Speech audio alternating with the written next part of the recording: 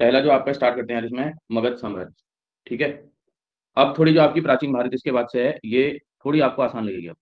ठीक, जो पहले वाला था हिसाब किताब उतना आपको टफ नहीं लगेगा, ये थोड़ा आपको जो है पहले से आसान नजर आती लगेगी। ठीक है।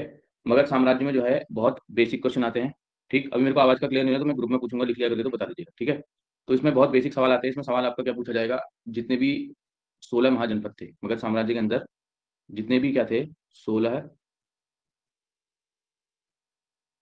महाजनपद थे, उनकी पूछेगा ये राजधानी। ठीक है। और आरओ के पेपर में जो है मगध की राजधानी पूछी गई थी। तो हर चीज को मैं आपको बताता हूँ, पढ़ने से फायदा नहीं है जब तक आप उसका रिवीजन नहीं करते। ठीक। तो पहला आपका जो, इसमें मैं एक तरफ लिख रहा हूँ महाजनपद, महाजनपद, और दूसरी तरफ लिख रहा हूँ मैं राजधानी। ठीक, कौन सी राजधानी कहाँ पर है, अगर आपको प्लेस भी याद हो सकता है तो फिर इससे अच्छा कुछ नहीं होगा। ठीक। पहला महाजनपद है काशी।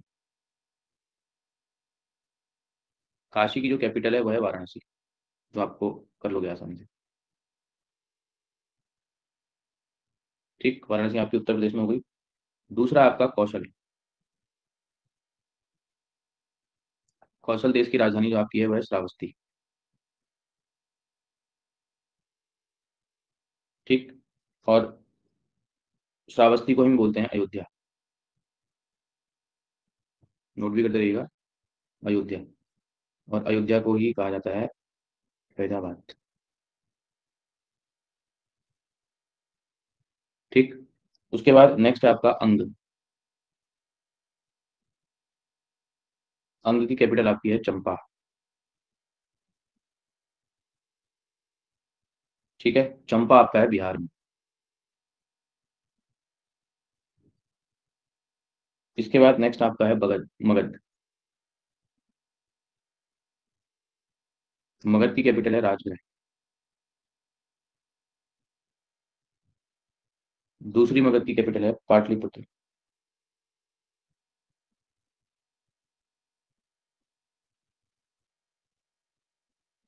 इसको याद कर सकते हो आप, MRP। ये बच्चों को ट्रिक बताने के बाद भी मुझे लगता गया है, क्योंकि पेपर का प्रेशर जो होता है बहुत अलग होता है। ठीक। इसके बाद आपकी है वज्जी कैपिटल, महाजनपद है वज्जी। वज्जी की कैपिटल है वैशाली।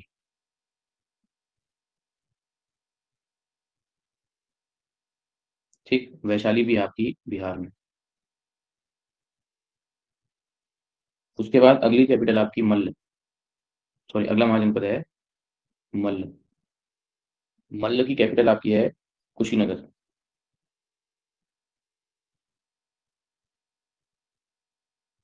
और दूसरी इसकी कैपिटल है पावा। अगली जो महाजनपद है वो है चेदी। चेदी या चेती भी कहते हैं इसे। ठीक। और इसकी जो कैपिटल है वो है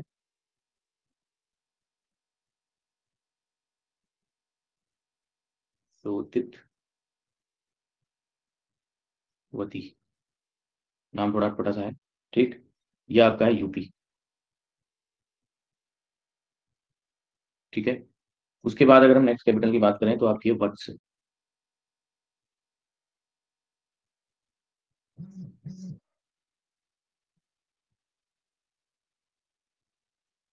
वत्स।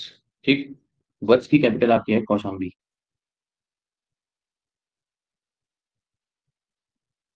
ठीक है।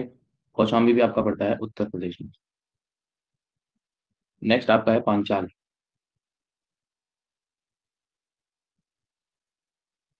पांचाल की दो कैपिटल आपकी हैं, एक है उत्तरी पांचाल और दक्षिणी पांचाल। ये दोनों उत्तर प्रदेश में है, उत्तरी व दक्षिणी पांचाल।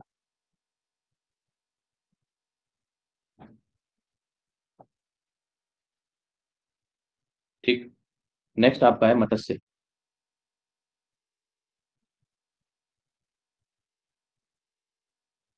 मत्स्य की जो कैपिटल है यह है विराटनगर।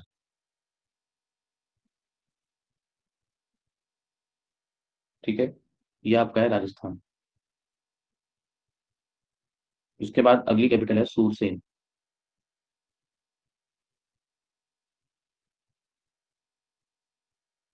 तो उससे इनकी कैपिटल है आपकी मथुरा। उसके बाद नेक्स्ट आपकी कैपिटल है अश्मक। अश्मक की कैपिटल है पोतना या पोतनी, पोटली। ठीक। और ये दक्षिण भारत का, दक्षिण भारत का एकमात्र महाजनपद, इंपॉर्टेंट सवाल है, एकमात्र महाजनपद। ठीक, तो ध्यान रखना अलग से थोड़ा। उसके बाद आपका अवंती। अवंती की कैपिटल है उत्तरी उज्जैनी, उज्जैन मान लो चलो, मध्य प्रदेश।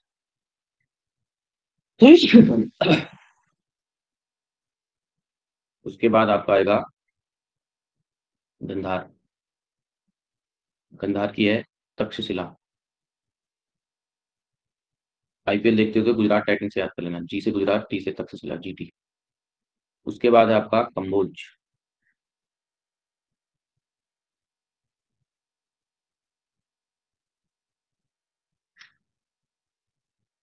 कंबोज की है राजपुर या हाटक, राजपुर स्लैश हाटक। ये आपका कश्मीर में। लास्ट आपकी है कुरु। और कुरु की कैपिटल आपकी है इंद्रप्रस्थ। इंद्रप्रस्थ ये आपका यूपी में। तो आपके 16 की 16, 16 जो है आपके महाजनपद हैं और इसकी राजधानी है। ठीक है,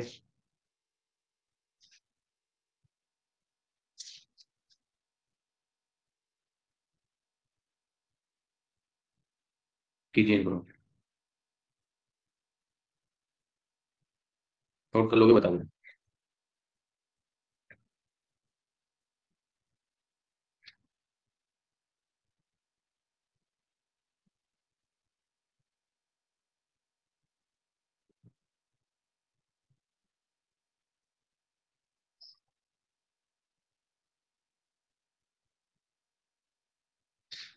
मैसेज कर देना, नोट कर लोगे तो कल से आवाज का भी कर देंगे। ठीक है, अभी आवाज नहीं आ रही आप लोग।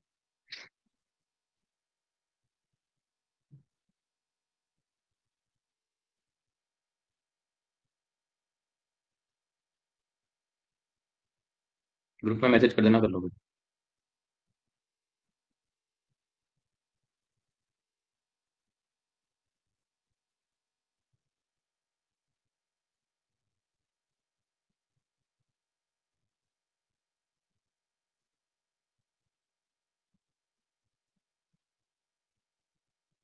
सर हो गया।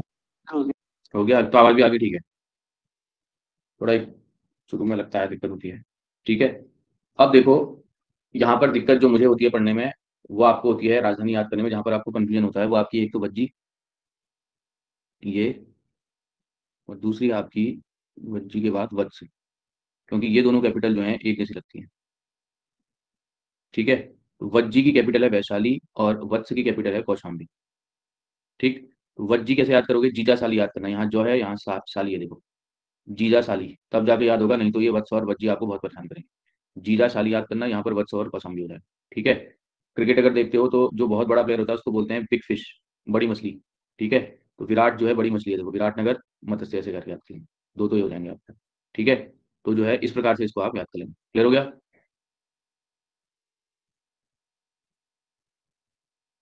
क्लियर? जी सर। ठीक है, अब जो है इनकी जो आपकी जो कुछ कुछ इंपॉर्टेंट इंपॉर्टेंट चीजें हैं इनके बारे में लिख लीजिए। पहला लिखिए इसमें काशी, एक एक लाइन लिख लीजिए। पहला लिख लीजिए काशी।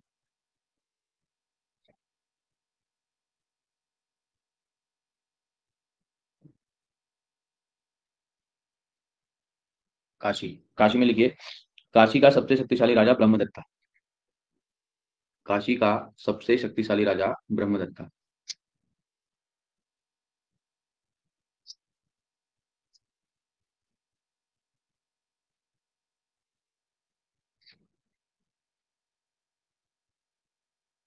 फिर लिखिए चेदी, फिर लिखिए चेदी। चेदी में लिखिएगा, इसका प्रसिद्ध शासक महाभारत काल का शिशुपाल था।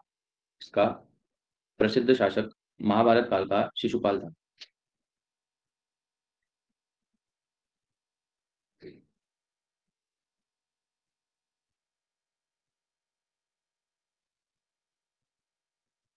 उसके बाद लिखिएगा अश्मक। अश्मक, यह दक्षिण भारत का एकमात्र महाजनपद था। यह दक्षिण भारत का एकमात्र महाजनपद था।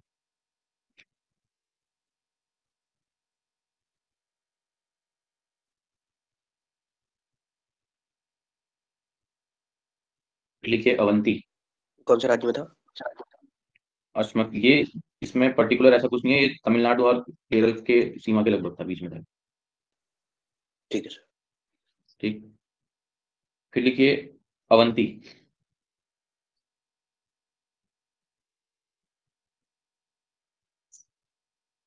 लिखिए अवंती सैन्य दृष्टि से अत्यंत सबल मजबूत था। अवंती सैन्य दृष्टि से अत्यंत मजबूत था।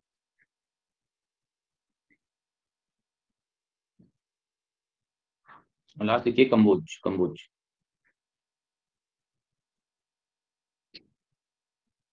कंबोज में लिखना कंबोज अपने घोड़ों के लिए प्रसिद्ध था। कंबोज अपने घोड़ों के लिए प्रसिद्ध था।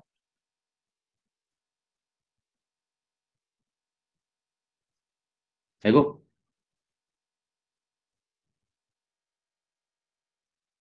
Yes sir. ठीक है। अब देखिए जो इसमें मगध है, इन सारे साम्राज्यों में हम केवल पढ़ते हैं मगध। क्यों पढ़ते हैं मगध? क्योंकि मगध जो था सबसे शक्तिशाली था।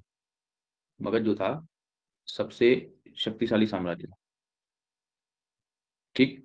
मगध की आप अगर बसावट की बात करेंगे तो मगध जो था, मगध के जो उत्कर्ष के उत्तरदायी कारण अगर हम देखेंगे, मगध मगध का उत्कर्ष क्यों हुआ, मगध के उत्कर्ष के, क्या आपके पेपर में आएगा नहीं, लेकिन थोड़ी स्टोरी ऐसी आपकी बन जाएगी उत्कर्ष के लिए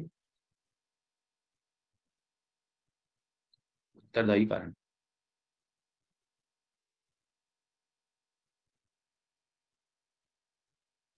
कोई भी राज्य तब जाके उदित होता है मजबूत रूप से, जब उसके लिए जो भौगोलिक परिस्थितियां हो, भौगोलिक परिस्थितियां और आर्थिक स्थितियां, भौगोलिक और आर्थिक स्थिति जो हो वह उस राज्य के लिए अनुकूल हो। ठीक है। तो यही भौगोलिक और आर्थिक परिस्थितियों ने जो है आपका मगध के उत्कर्ष के लिए भी कार्य किया। पहला देखो, एक तो यहाँ पर जो मगध था, ये जो बसा था गंगा के तट पर बसा था, तो यहाँ पर जो थी आपकी जलोढ़ मिट्टी की अधिकता थी। जलोढ़ मिट्टी की अधिकता,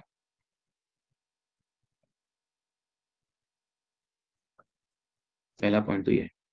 ठीक।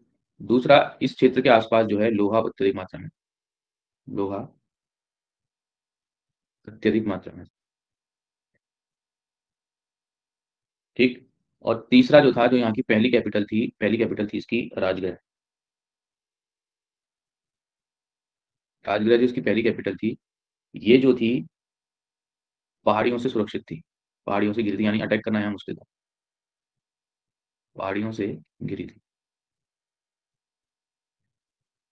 ठीक।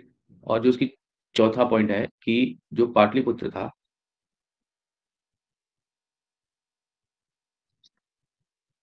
ये स्थित था गंगा,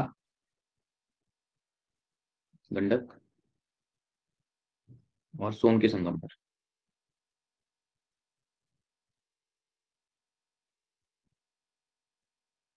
ठीक है। गंगा, गंडक और सोन के संगम पर स्थित था, तो ये जो है एक दुर्ग की तरह काम करती रहती है, दुर्ग की तरह। जिस कारण से जो है मगध जो है आपका इमर्ज हुआ है एक शक्तिशाली राज्य के रूप में। क्लियर हो गया? जी सर। ठीक है, नोट कीजिए। इसमें ज्यादा सही लग रहा है, बोर्ड में ज्यादा सही लग रहा था?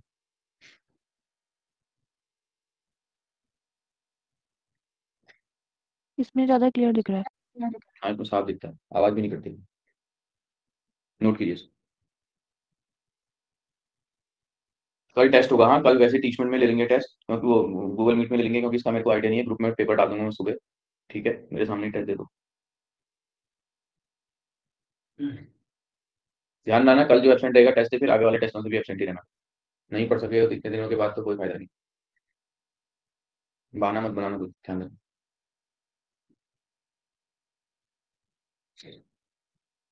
नोट कर लोगे बता देना।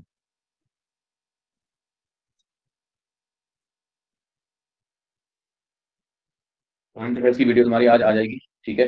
ब्रीफ में मैंने क्रॉनिकल और प्रतियोगिता दर्पण लिखा है, लेकिन मैं उत्कर्ष से करा रहा हूँ। उत्कर्ष में लिख नहीं सकता हूँ क्योंकि उत्कर्ष का खुद का एक यूट्यूब चैनल है, तो उत्कर्ष और प्रतियोगिता दर्पण और उससे करा रहा हूँ मैं, उत्कर्ष से, ठीक है।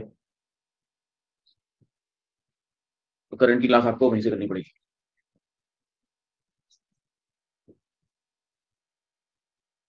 कर लिया नोट? सर करो अभी लास्ट है। करो।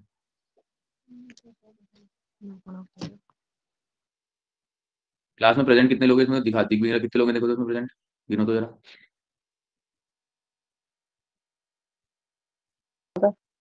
14 दिखा रहा है। हम्म? 14 दिखा रहा है। 12। 12 तब तो ठीक है। सर 14 दिखा रहे हैं। 14 ठीक। ज्योति तो मैडम सर आपकी शायद सोमवार की क्लास छूटी हुई है, हाँ? तो कर लेना। जी सर।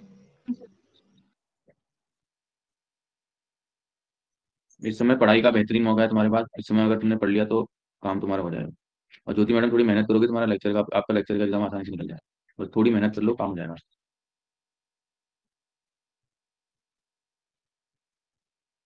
सर उत्तराखंड को कैसे पढ़ेंगे तो हमें याद नहीं है। उत्तराखंड मैडम हमें भी याद नहीं आज तक, ठीक है। जो भी बच्चा आता है वो उत्तराखंड में ही समस्या लेकर के आता है, ज्यादातर बच्चे जो होते हैं उनको जीएस याद हो जाती है, ठीक। सामने वाले बैच में एक लड़का पढ़ता है सूरज। सूरज जो है पहली बार में उसका सीडीएस का एग्जाम निकल गया था, लेकिन उसकी उसको उत्तराखंड अब होने लगी है, ठीक है। उत्तराखंड में आपको समस्या आएगी आएगी क्योंकि उत्तराखंड है उटपटांग बहुत। लेकिन जो चीज में समस्या है उस चीज का सॉल्यूशन आप ही के पास है कि आपको वो चीज पढ़नी ज्यादा पड़ेगी। हमारी बात समझ में? तो जैसे उत्तराखंड को आप जी 2 घंटा सर। दे रहे हो तो आप 3 घंटा दो। अगर आप जैसे जैसे मैंने क्लास में उत्तराखंड पढ़ाई आज, उत्तराखंड पढ़ाई जैसे मैंने क्लास में, शाम वाले में जब भी आपको टाइम होता है 7 बजे 8 बजे से, जैसे माना मैंने 8 बजे से आपको टाइम हुआ, 8 से आपने 10 बजे तक या 11 बजे तक पढ़ाई करी। तो सबसे पहले आप 8 से 9 क्लास का पढ़ो। 8 से 9 तक क्लास का पढ़ो, जो क्लास में पढ़ाया आपको उसको अच्छे से याद कर लो, 3 4 बार पढ़ लो उसको। उसके बाद जब अगले दिन आप रिवीजन करने बैठोगे, जब आप अगले दिन 8 से 9 का स्लॉट अपने लिए पढ़ाई करोगे, तो क्या करोगे, इस 8 बजे से पहले पहले 8 बजे से आप पुराना पढ़ लेना, जो आपने पुराना पिछले दिन पढ़ा, इसको पढ़ लेना। इसको पढ़ने के बाद फिर क्लास का पढ़ना, ठीक है। तो उससे क्या होगा, आपके दिमाग में बैठ जाए। इसका यही और तरीका है, और कोई तरीका नहीं है। लिख करके याद करो, बोल बोल करके याद करो। कोई क्लास में या ऐसे कोई पूछने वाला आपके साथ है तो उसको पूछो उससे, ठीक है। स्टार्टिंग में अगर आप हिम्मत हार जाओगे तो फिर नहीं हो पाएगा। हम ही को मैं जी मुझे सर। खुद ही बता रहा हूँ, अभी मेरे को भी उत्तराखंड का 50 नंबर का पेपर दे दे, जीएस में मैं 50 में से 45 40 तक कर दूंगा बिना रिवीजन के भी। लेकिन उत्तराखंड में 10 12 15 20 सवाल से ऊपर नहीं होंगे, क्योंकि उत्तराखंड है ही दिक्कत वाला क्वेश्चन, ठीक है। जी। अब देखो, जो मगध के राजवंश हैं, मगध की हेडिंग डालिए, मगध के राजवंश, मगध के राजवंश,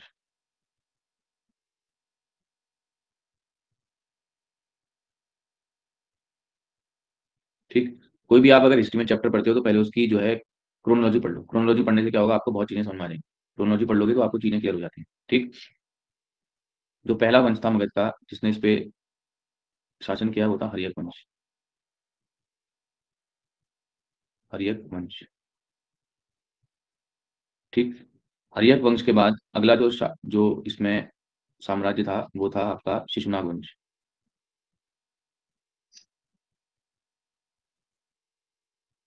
और जो तीसरा था ये आपका था नंद वंश, सबने पढ़ा भी होगा आपने बचपन में, चंद्रगुप्त मौर्य वाला सीरियल भी देखा होगा, नंद वंश, ठीक है। एयर की मैं बात इसलिए नहीं कर रहा हूँ क्योंकि एयर अभी याद करने की आपको जरूरत नहीं, जहाँ पर कोई जरूरत होगी वहां पर बता दूंगा। प्राचीन भारत में 1.5 से बहुत कम सवाल आते हैं, ठीक। तो जो हर्यक वंश था, इसको अगर आप विभाजित करोगे फर्दर कि इसमें कौन कौन से राजाओं ने शासन किया, तो पहले तो आपको ये चीज क्लियर होनी चाहिए, ठीक। हर्यक वंश का पहला शासक था बिंबिसार। ध्यान रखना, एक बिंबिसार है एक बिंदुसार है, यहीं पे गड़बड़ हो जाएगा पेपर में। बिंदुसार मौर्य वाला है, बिंबिसार। इसके बाद जो अगला था वो था अजात शत्रु,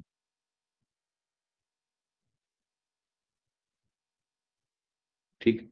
तीसरा आपका था उदयन,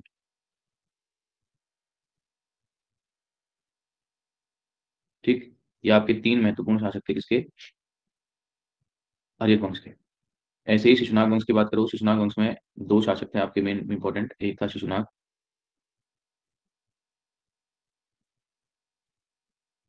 और दूसरा था आपका काकपर्ण।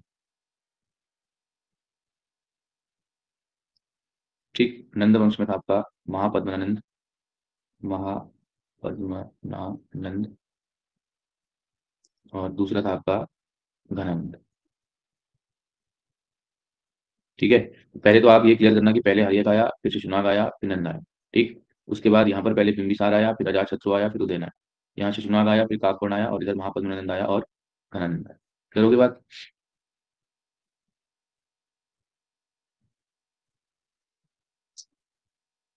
इतनी बात क्लियर है? ये जो ये काला सूप कीजिए नोट। एयर की टेंशन, प्राचीन भारत से बहुत कम क्वेश्चन आते हैं तो वही लिखा है। सर। हाँ बताइए। सर ये जो काकर्ण है यही काला शोक है क्या? हाँ, काकर्ण को ही काला सूप लिखा जाए, स्लैश करके काला सूप लिख लेना है।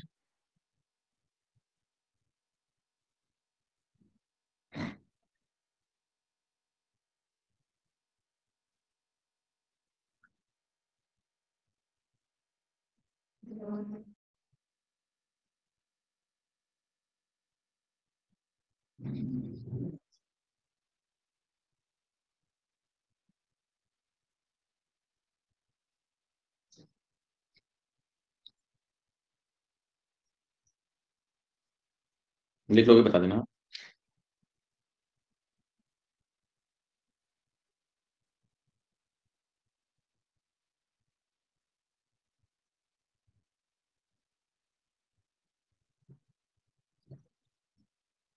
देखो। हाँ सर। जी सर। ठीक, प्रियंका मैडम जुड़ी नहीं क्लास में? प्रियंका मैडम है क्लास में? हाँ सर। ठीक,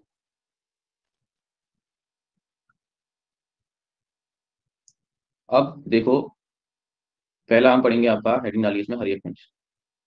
हरियक वंश,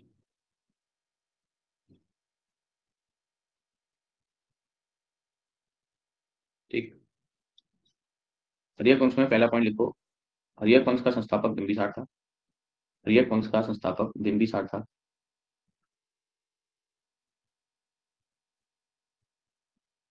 इसका अन्य नाम श्रेणिक था। इसका एक अन्य नाम श्रेणिक था।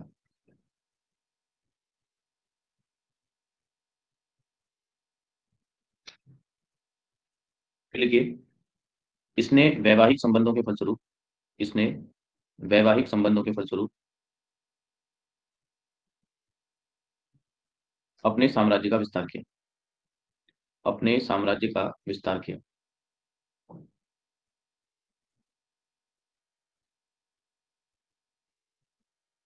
इसकी प्रथम पत्नी महाकौशला थी। इसकी प्रथम पत्नी महाकौशला थी,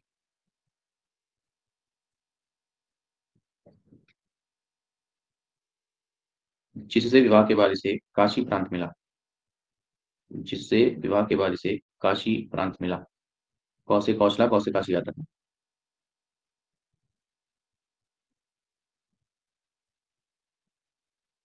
दूसरी पत्नी वैशाली राज्य की चेलना थी। दूसरी पत्नी वैशाली राज्य की चेलना थी, जिससे अजात शत्रु पैदा हुआ। जिससे अजात शत्रु पैदा हुआ।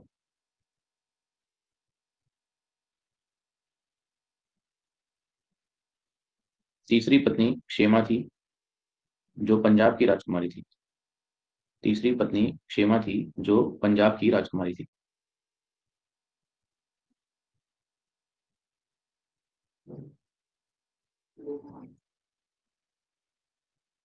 लिख दिया?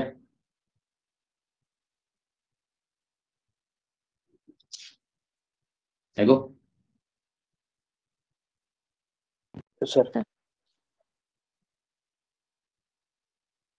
चेतन लिख लिया?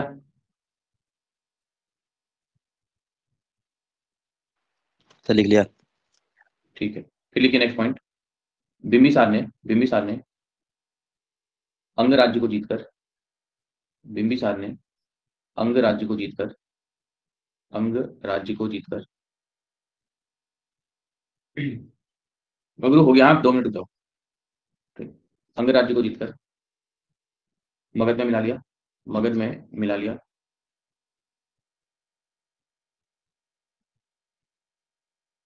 तथा तथा अवंती के शासक, अवंती के शासक चंड प्रद्योत, अवंती के शासक चंड प्रद्योत की सेवा में, की सेवा में अपना राज्यवैद्य जीवक भेजा, अपना राज्यवैद्य जीवक भेजा। चंड प्रद्योत का होता था। चंड बिंबिसार ने अवंती के शासक चंड प्रद्योत की सेवा में, चंड प्रद्योत की सेवा में अपना राजवैद्य जीवक भेजा, यानी इलाज के लिए जो है अपना राजवैद्य जीवक भेजा चंड प्रद्योत के पास। क्लियर?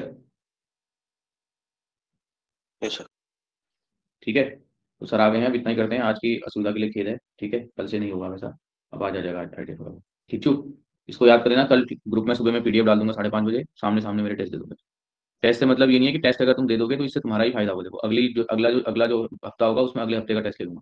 अगर तुम ही नहीं आगे आओगे तो फिर बेकार रहेगा वहाँ। ठीक है, जिन बच्चों ने 20 क्लास नहीं ली, जैसे कमल और नंदकिशोर ने क्लास नहीं लिया, तो वो छोड़ सकते हो टेस्ट। ठीक, लेकिन अगर उस ने आज पढ़ लोगे तो थोड़ा दे देना, 5 ही सवाल आएंगे, 10 ही सवाल आएंगे, कम से कम सवाल तो देख लोगे कैसे आ रहे हैं। वैदिक काल और जी उत्तर सर। वैदिक काल। ठीक है, ठीक है पूछो।